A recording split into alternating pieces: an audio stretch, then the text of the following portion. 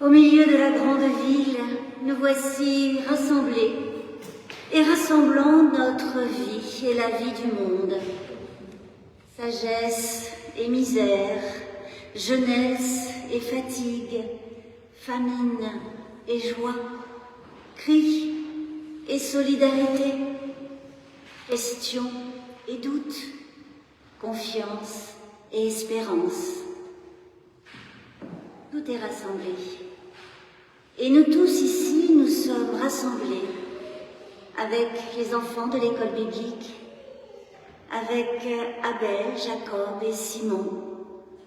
Nous avons place, non seulement dans ce temple, dans ce culte, mais surtout dans l'infini et inconditionnel amour du Père. Pour nous, en nous et entre nous, passe le souffle de vie et de paix qui nous relie aussi à celles et ceux qui sont à distance derrière un écran. Rassemble-nous, nous qui sommes venus ce matin. Tiens-nous ensemble, en maison de paix, en foyer de vie et de joie. Dispose-nous à l'écoute du souffle, de la parole, des frères et sœurs, du monde qui est tien et que tu aimes. Amen. Je vous invite à vous lever, nous chanterons le premier spontané.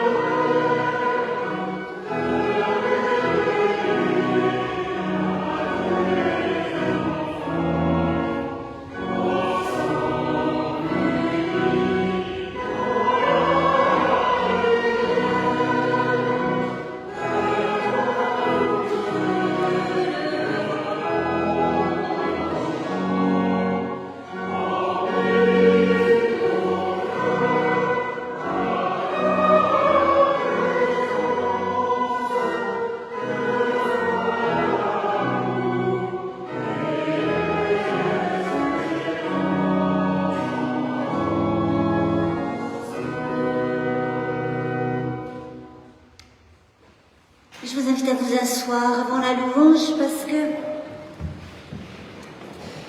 il y a une petite histoire. Puisque les enfants sont là, les grands peuvent avoir une histoire. C'est l'histoire d'un homme qui est parti faire une randonnée. Il veut grimper sur une colline assez escarpée. En haut de la colline, il y a un petit village, et de ce village, une vue magnifique sur tout le pays alentour.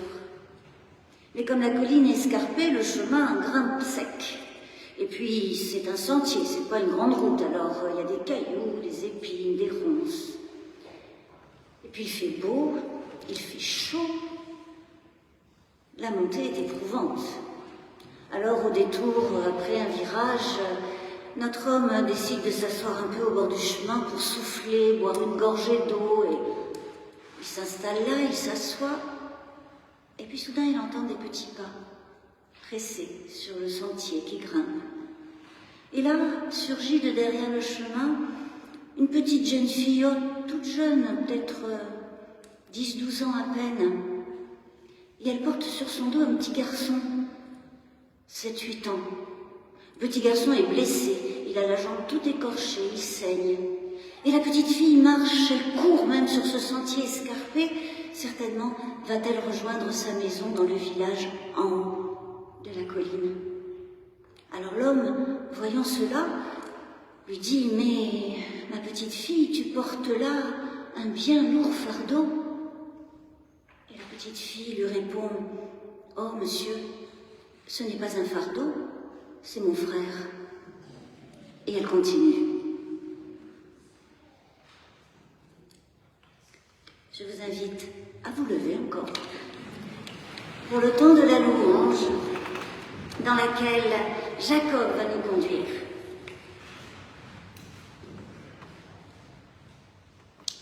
Nous voulons, Éternel, te dire merci.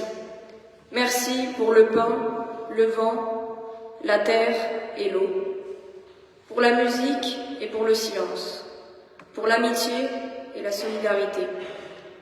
Merci pour les gestes et les mots de tendresse, pour les rires et les sourires, pour l'amour partagé, pour tout ce qui est bon et beau pour toute vie. Dieu fidèle, que ton nom soit béni à jamais. Amen. Et nous poursuivons la louange avec le chant du psaume 8, les strophes 1, 2, 3, 4 et 6. Ton nom, Seigneur, est un nom magnifique.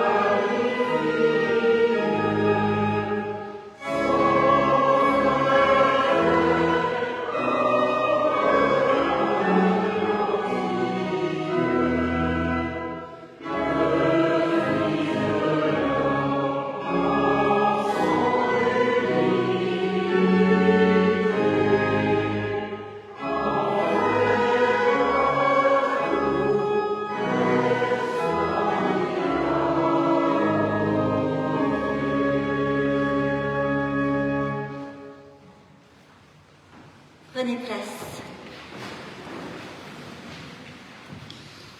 Et nous disons à tout à l'heure aux enfants, puisqu'ils vont maintenant regagner leur salle pour une séance d'école biblique où il y aura aussi une histoire de frères, une parabole avec des frères.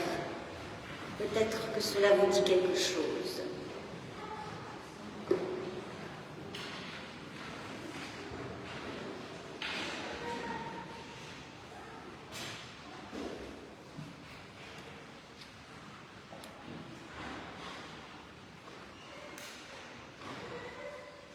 C'est à travers deux versets de l'Épître aux Romains au chapitre 8 que je nous invite à entendre la volonté de Dieu pour nos vies, ce qui nous oriente dans notre existence. Paul écrit « L'esprit que vous avez reçu n'est pas un esprit qui vous rende esclave et qui vous remplisse encore de peur, mais c'est l'Esprit Saint qui fait de vous des enfants de Dieu, qui nous permet de crier à Dieu « Abba, Père ». L'Esprit de Dieu atteste lui-même à notre esprit que nous sommes enfants de Dieu.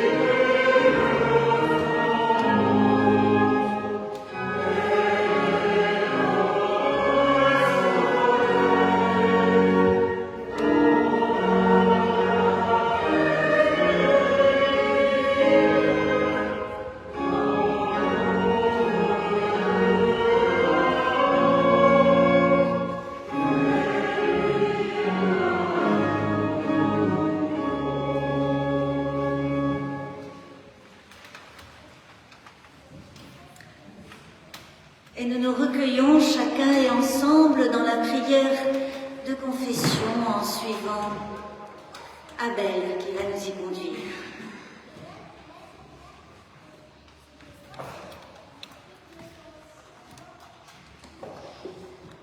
Notre Dieu, nous voici en ta présence. Aide-nous à être présents à nous-mêmes. Il y a des fardeaux qui chargent nos cœurs, des chaînes qui entravent nos marches, des peurs qui encombrent nos vies. Il y a des obscurités qui nous empêchent de discerner ta volonté, là où nous sommes et d'œuvrer en elle. Il y a des soucis de nous-mêmes qui nous empêchent de regarder nos frères et sœurs comme les frères et sœurs que ton amour nous donne. Aide-nous à prendre conscience des liens qui nous unissent. Ne nous laisse pas fuir en nous-mêmes ou nous fermer à l'autre, mais aide-nous à nous accueillir les uns les autres. Notre Dieu, viens à notre secours. Amen.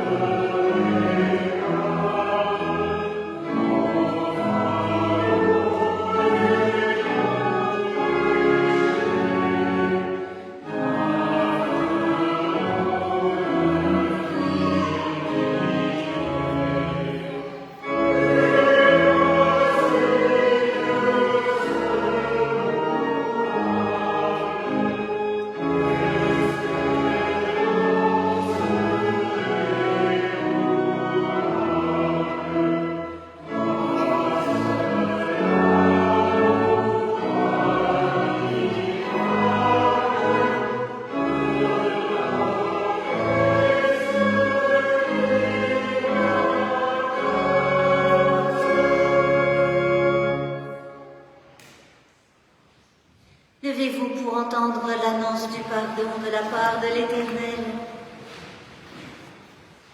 Entendre qu'il y a encore et à nouveau une parole de Dieu à connaître et à savourer, qui brille comme une perle. Il y a encore et à nouveau un chemin à emprunter, si bien que notre vitalité se mobilise et que notre journée trouve un sens. Il y a encore et à nouveau des frères et des sœurs avec nous, avec lesquels nous pouvons œuvrer, dans son amour, par son pardon. Dieu nous donne c'est encore et c'est à nouveau pour que nous en vivions aujourd'hui, encore et à nouveau. Amen. Nous chanterons... Oui, il y a quelqu'un qui est d'accord. Nous chanterons au cantique 267. Adorons tous le Seigneur.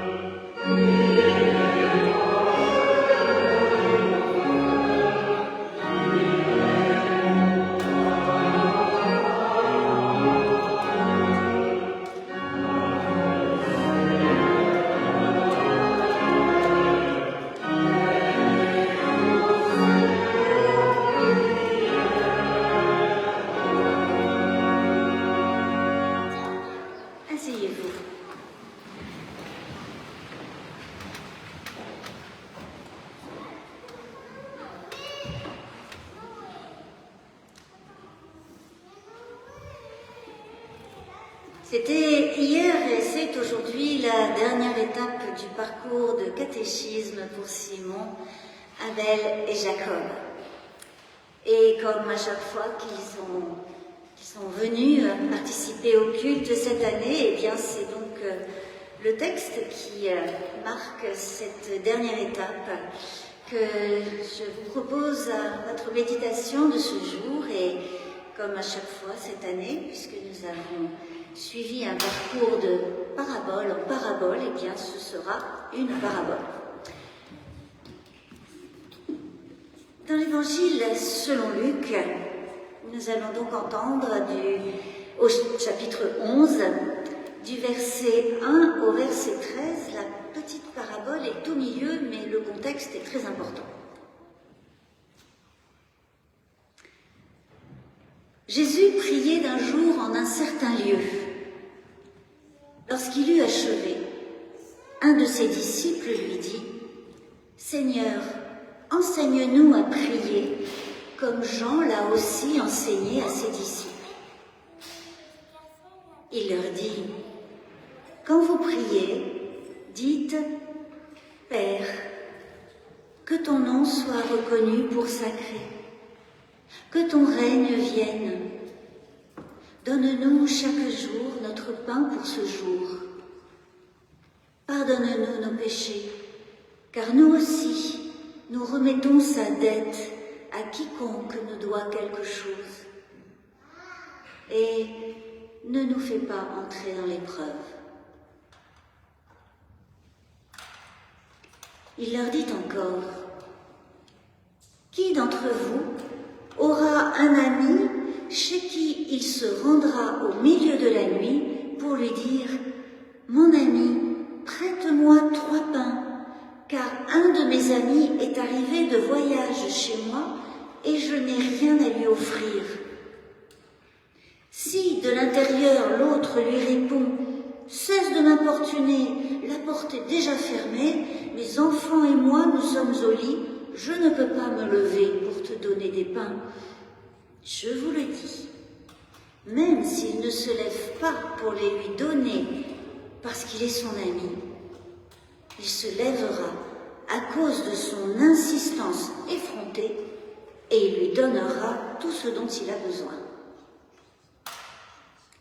Eh bien moi je vous dis, demandez et l'on vous donnera. Cherchez et vous trouverez. Frappez et l'on vous ouvrira.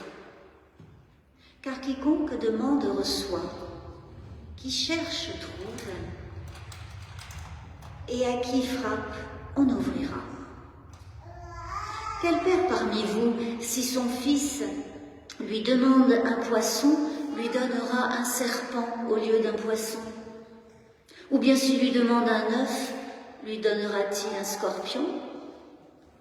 Si donc vous, tout mauvais que vous êtes, vous savez donner de bonnes choses à vos enfants, à combien plus forte raison le Père Céleste donnera-t-il l'Esprit Saint à ceux qui le lui demandent?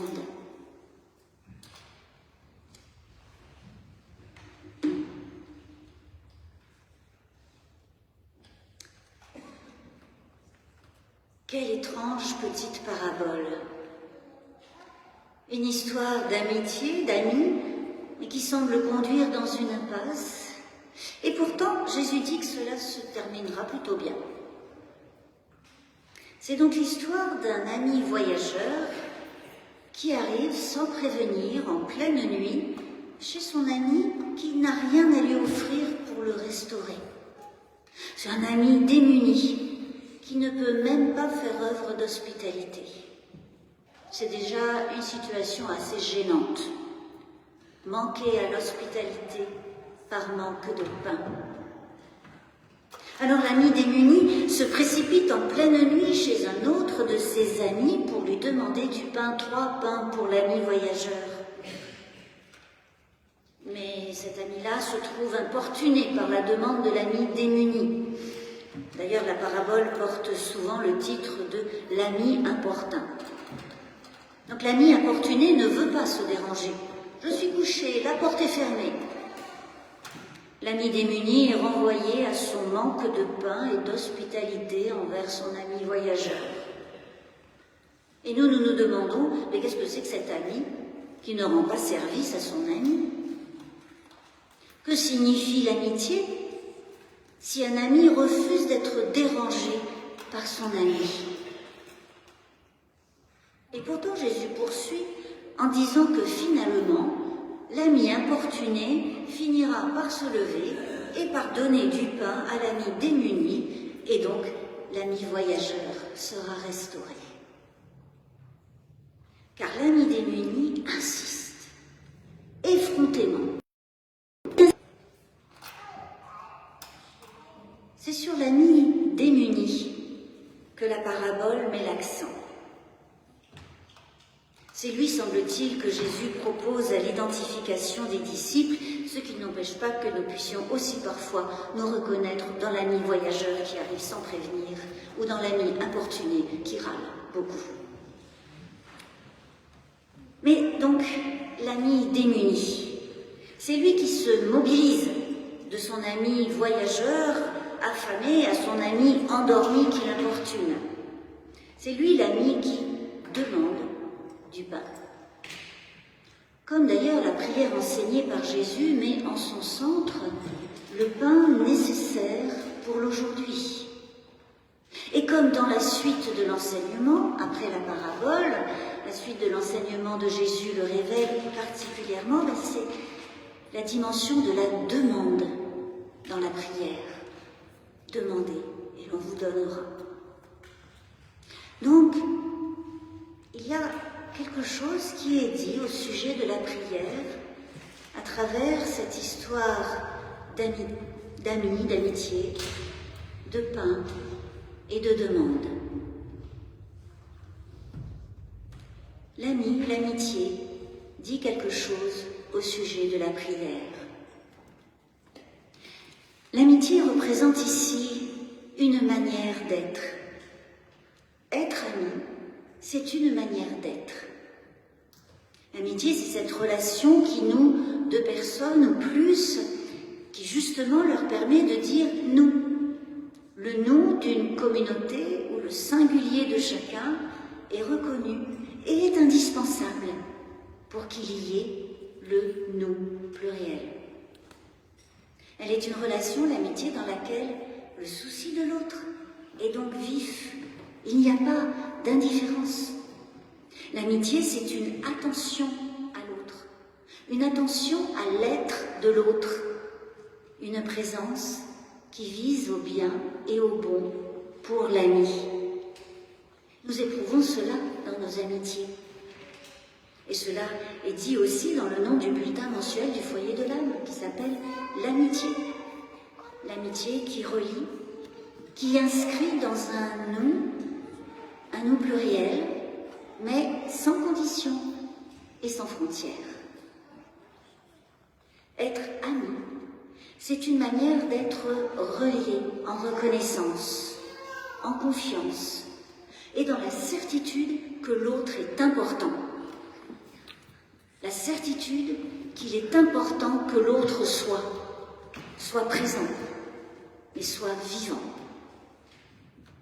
En cela, l'amitié opère comme un élargissement, une extension de soi, une ouverture de soi pour accueillir un nous. Et ceci aide à comprendre pourquoi Jésus dit une parabole d'amis. Parce que l'amitié et la prière ont ceci en commun. L'une et l'autre agrandissent la personne. Et l'une et l'autre mettent en lien. Elles créent un réseau de liens. En effet, la prière, c'est déjà l'expression d'une relation, d'un lien à Dieu, à Jésus-Christ. Et en même temps, elle inscrit elle-même toujours en relation avec d'autres. Même si la version de Luc du Notre Père ne commence pas comme celle de Matthieu sur laquelle est basée cette prière que nous disons ensemble, commence par Notre Père. Celle de Luc, c'est Père, il n'y a pas le Nôtre. Mais chez Luc, cette prière est quand même en nous, à la première personne du pluriel. Ce n'est pas une prière en je. Alors, il y a des prières en je. Il est tout à fait possible de prier en disant « je ». Mais dans la prière, ce « je » n'est pas replié sur lui-même. Il est déjà ouvert à Dieu. Et l'ouverture à Dieu, c'est l'ouverture aux autres. Le « je » dans la prière est déplié, ouvert à d'autres personnes, en reconnaissance, en confiance et en attention. Prier, c'est se disposer soi-même en ami d'autrui.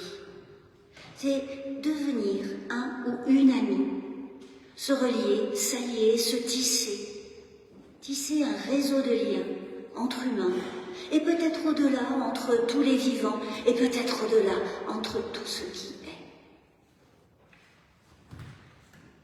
Donne-nous chaque jour notre pain pour ce jour. Eh bien, en priant ainsi, nous sommes reliés au grain, au blé, au sol, à la terre où le grain pousse, à l'eau qui arrose et le fait pousser, germer la graine et pousser le plant. Nous sommes reliés à tous ceux qui font le pain. Nous sommes reliés à eux comme un ami reconnaissant.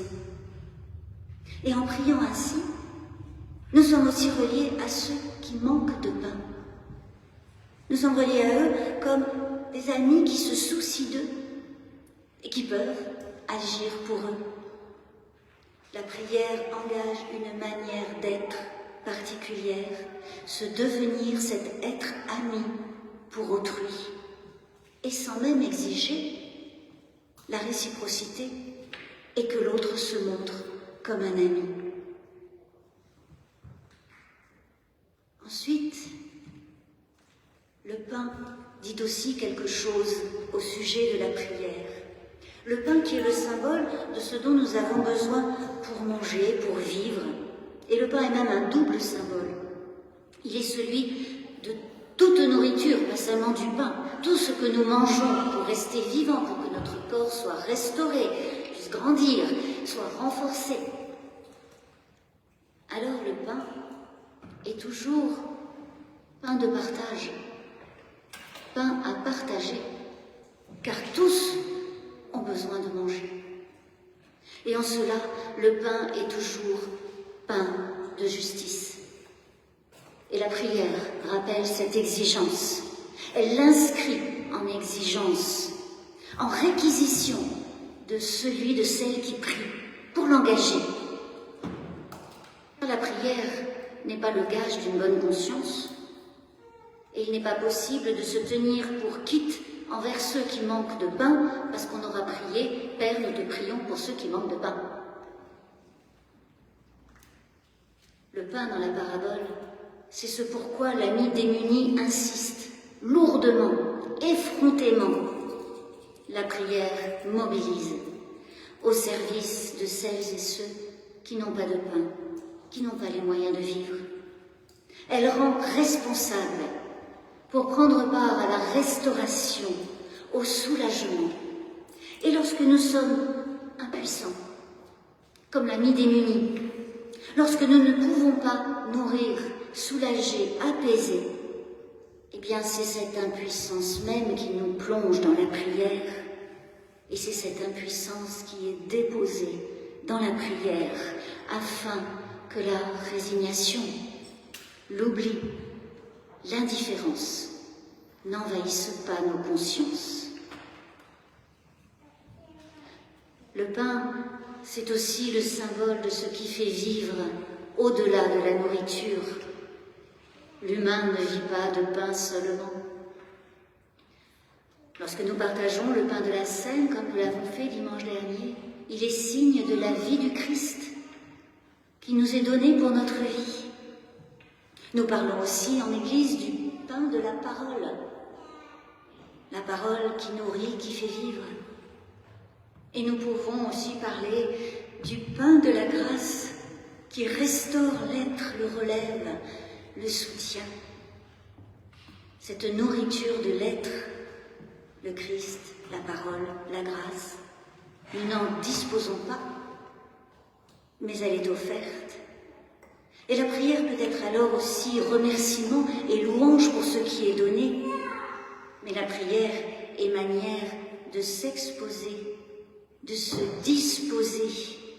Pour le dire autrement, une manière d'ouvrir une porte au creux de notre être pour mieux recevoir et se laisser transformer par ce qui est donné. Car de même que la nourriture transforme notre corps, le don de grâce, de parole de Christ transforme notre être dans sa vocation d'humanité. En cela, le pain est pain de paix, la paix intérieure de l'être qui n'est plus soumis et tiraillé entre manque, injonction, culpabilité, colère, désespoir.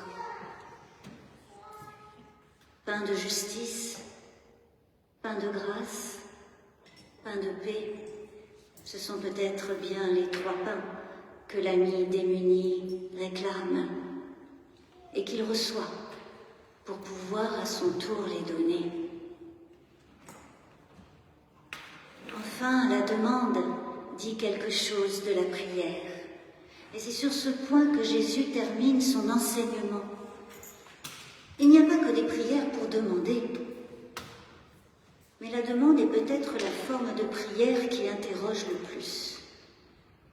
Demandez et l'on vous donnera. Cherchez et vous trouverez. Frappez et l'on vous ouvrira. À la suite de la parabole de l'ami démuni demandant pour son ami voyageur du pain auprès de son ami endormi, ces paroles de Jésus ne relèvent pas d'une pensée magique, ni de l'invitation à dresser une liste à destination d'un Dieu Père Noël. Il n'est question ni de demander ce que nous voudrions, et même si c'est bien, ni de conditions pour recevoir ce qui est demandé. À ce Dieu que Jésus révèle comme un Père bienveillant et aimant, c'est-à-dire un Dieu qui a à voir, à faire avec l'être et non pas avec l'avoir. À ce Dieu, les disciples peuvent demander l'Esprit Saint, le souffle divin, cette dynamique créatrice qui rend chaque vie vivante, cette communion de vie qui dépasse chaque être, mais dans laquelle chacun et chacune a une place. C'est de l'Esprit dont nous avons besoin, dont nous sommes démunis parce qu'il n'est pas à nous et qu'il ne vient pas de nous. C'est lui qui nous est nécessaire pour que soient défaits les préjugés, les stéréotypes, les étiquettes qui réduisent la singularité des personnes et les assignent sur des échelles de valeur et de dignité.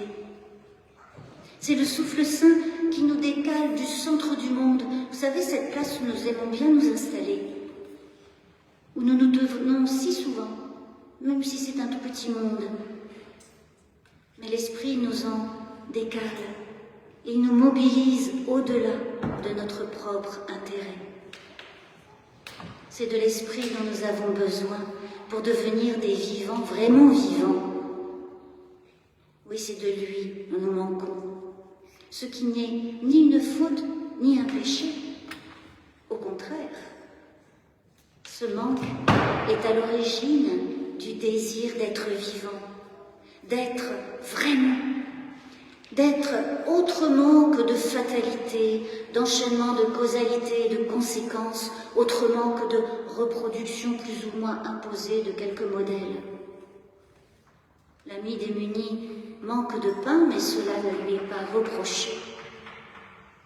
Mais l'épreuve de notre manque de souffle et de vie vivante, ce que nous reconnaissons dans la prière de confession, cette épreuve de nos propres manques, nous révèle aussi notre désir d'être, qui s'épanouit en être avec, en être pour, ce qui nous rend présents, agissants et vivants. Demandez, et l'on vous donnera. Le professeur Raphaël Picon, dans un article d'Évangile et Liberté il y a une quinzaine d'années, écrivait que c'est précisément cette autre manière d'être à soi, aux autres et à Dieu qui se donne dans la prière de demande. Demander à Dieu l'esprit de vie approfondit notre humanité. Et parce que nous sommes et devenons humains en nous reliant à autrui, la prière nous rend aussi solidaires. Et alors, nous comprenons que cette prière, notre prière de demande de l'Esprit, cette prière exauce Dieu qui, lui, nous espère reliés, vivants, présents dans le monde et pour autrui. Amen.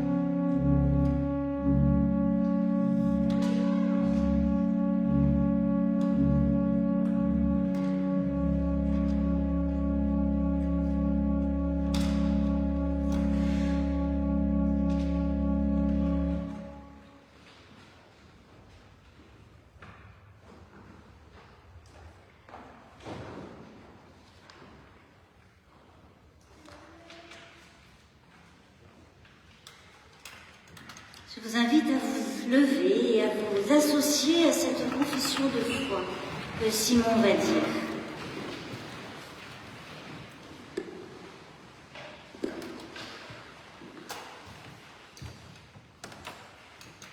Nous croyons en Jésus de Nazareth, Fils de l'homme, Fils de Dieu. Par lui, nous croyons en Dieu, un Dieu d'amour, créateur et libérateur. Par lui aussi, nous croyons en l'Esprit qui veut féconder nos esprits. Nous croyons en Jésus de Nazareth, Fils de l'homme, Fils de Dieu. Il a répandu paroles et gestes d'amour, vivant lui-même cet amour jusqu'à l'extrême, jusqu'à donner sa vie. Et l'amour a vaincu la mort, le Christ est ressuscité. Par lui, nous croyons en Dieu, un Dieu d'amour, créateur et libérateur, qui nous invite à entrer dans son projet pour le monde. Un univers réconcilié dans sa multitude et sa diversité. Par lui aussi, nous croyons en l'Esprit, qui vient féconder nos existences, dans la fraternité et l'espérance. Et là où est l'Esprit du Seigneur, là est la liberté. Amen.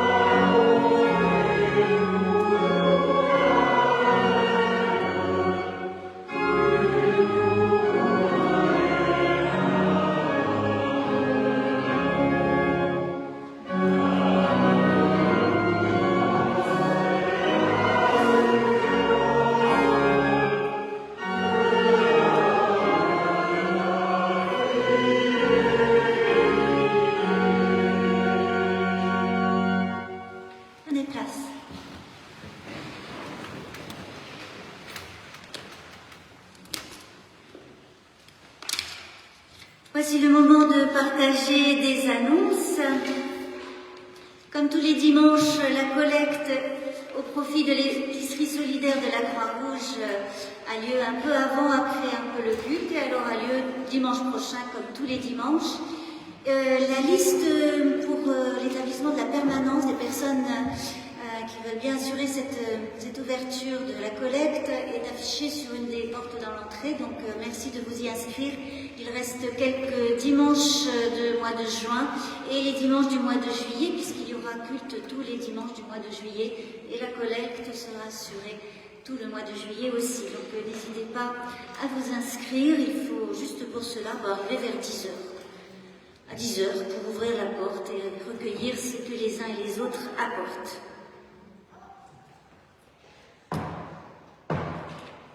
Dans la semaine qui vient, alors l'équipe de la fête de l'amitié se réunira mardi 28 pour commencer à préparer la fête de l'amitié de novembre prochain.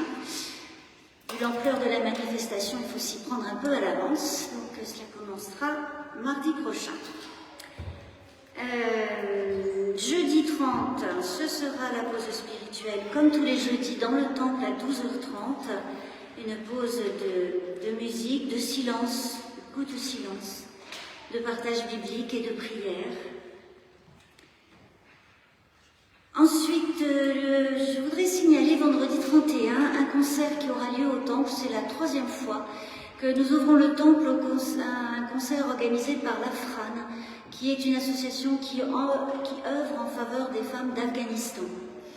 Et ce concert donc aura lieu vendredi, le 31, vous avez des flyers sur la table au fond.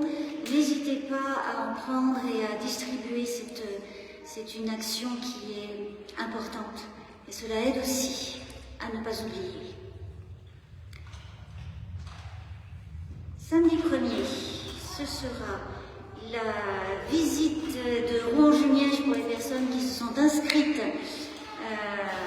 au près de Fabrice-Calais. À Rouen, c'est le musée d'art moderne, et à Jumièges, eh bien, ce sont les ruines de l'abbaye, donc une visite de toute la journée. Et puis dimanche, alors dimanche c'est une journée un peu exceptionnelle. Le matin, il y aura bien sûr le culte à 10h30 et nous aurons 2 baptêmes. Nous entourerons Thomas et Orso Emmanueli. Thomas, c'est le papa, Orso, c'est le petit garçon. Et ils seront baptisés tous les 2 dimanches lors du culte, où nous aurons la joie de retrouver à l'orgue notre ami Freddy Eichelberger, puisque dimanche 2 juin, ce sera le dimanche de la cantate, et que ce sera le dimanche de la dernière cantate du cycle. Donc ce sera un moment tout à fait exceptionnel, et une magnifique cantate, tout à fait entraînante, tout à fait enthousiasmante. Voilà. Et qui donc signera la fin de ce premier cycle, parce qu'il y en aura un autre, ça va recommencer. De la même manière ou peut-être autrement, une nouvelle équipe réfléchit au prochain cycle de cantate. Donc si vous avez manqué, et si vous n'étiez pas là il y a 20 ans, vous pourrez retrouver quand même tout ce qui a été joué depuis le début. Est-ce qu'il y a d'autres annonces à faire? Pour l'entraide, Dominique, est-ce que tu as besoin d'aide?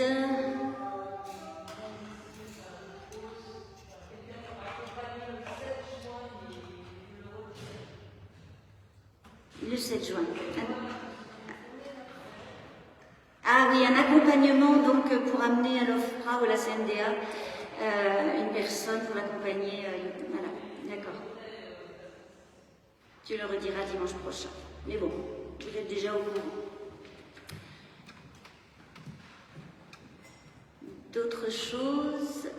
Non. Alors, si toutes les annonces sont dites, eh bien, voici l'offrande à laquelle vous êtes invités, avec cœur, avec esprit, avec tout votre être, en solidarité, afin que le foyer de l'âme reste un foyer ouvert et accueillant, témoignant ainsi de l'évangile du Christ.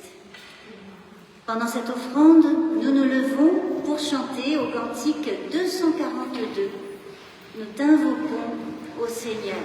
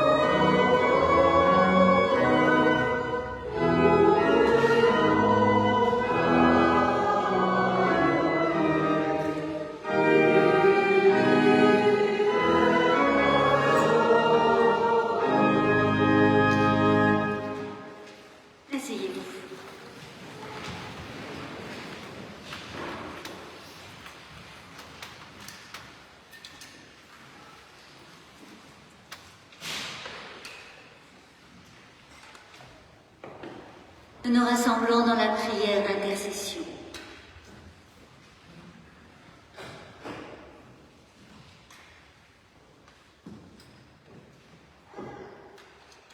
Notre Dieu, Père, Abba,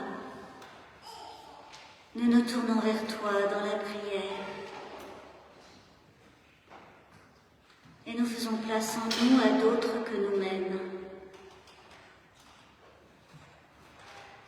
à ceux qui nous sont chers et que nous côtoyons avec bonheur, à ceux qui nous manquent parce qu'ils sont au loin,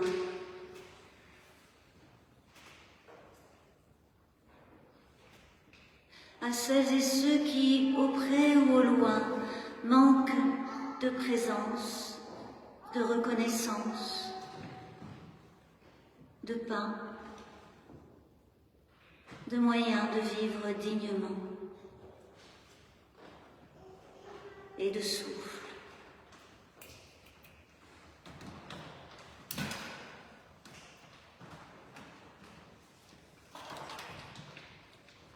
Nous faisons place en nous-mêmes à celles et ceux qui sont emprisonnés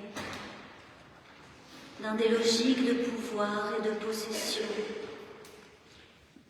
de domination et de violence, qui passent à côté des dons de ta grâce.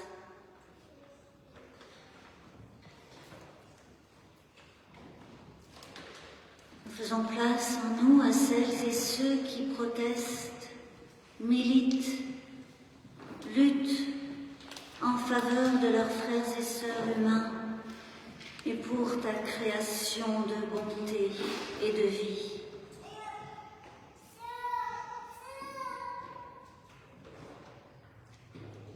Malgré les doutes, les fragilités, les hésitations, nous ouvrons notre être et nous faisons place en nous à ton appel insistant, persévérant, inattendu, à notre vocation de vivant relationnel et solidaire.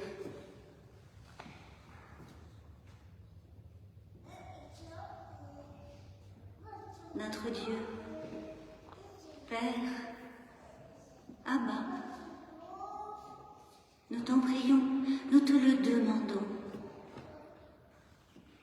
Que souffle en nous ton esprit bouleversant, qui nous fait participer à la vie du ressuscité.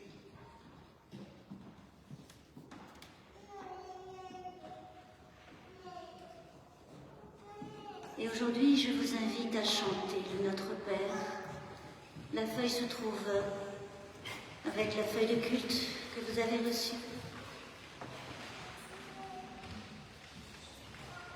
C'est le Notre Père selon la mélodie de Rimsky-Korsakov, ce qui nous met en communion doublement par la prière et par la musique avec nos frères et sœurs orthodoxes et nos frères et sœurs catholiques.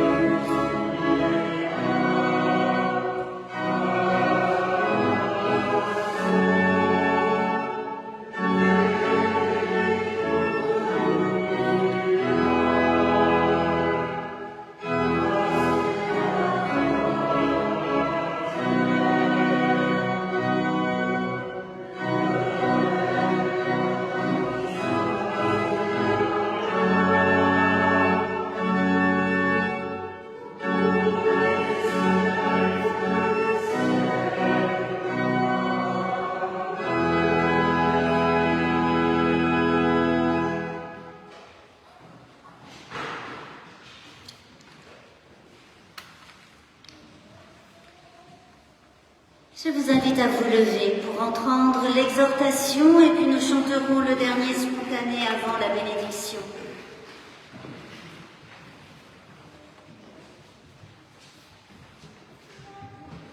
Une promesse nous porte vers demain. Dans l'écoute de l'appel divin, nous découvrons un sens à nos vies et au monde. Et cette écoute se fait au travers des paroles humaines qui disent un peu qui est Dieu.